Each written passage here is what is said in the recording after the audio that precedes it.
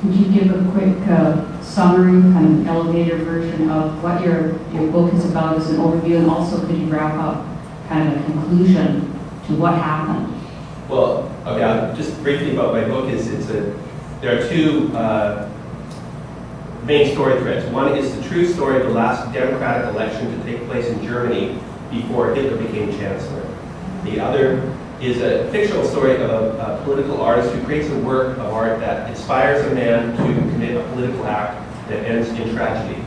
And the connection between the two stories is one of aesthetics. Aesthetics were a very important part of Nazi ideology, and aesthetics are a very important part of my fictional artist's attempts to make progressive social change. So the book kind of deals with the light and dark of those elements of how we use art and how we use politics when we mix the two.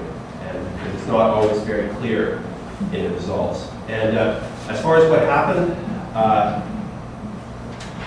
the election lasted just under 2 weeks, and Hitler gave 10 major speeches. And on election day, the Nazis won the state election with 39% of the vote. So that means 61% of people did not vote Nazi, but they won anyway. Sounds familiar. Yeah, right. Thank you. And you saved me having to do one of my lines.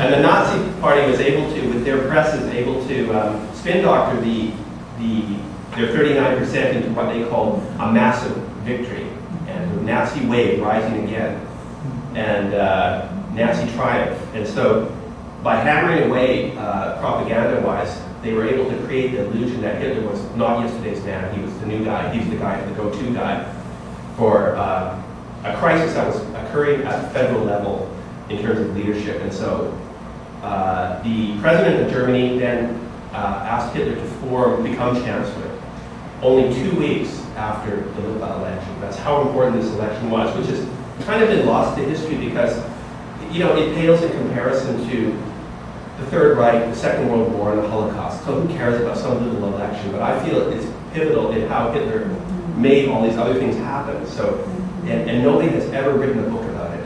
There's one in German, but not in English.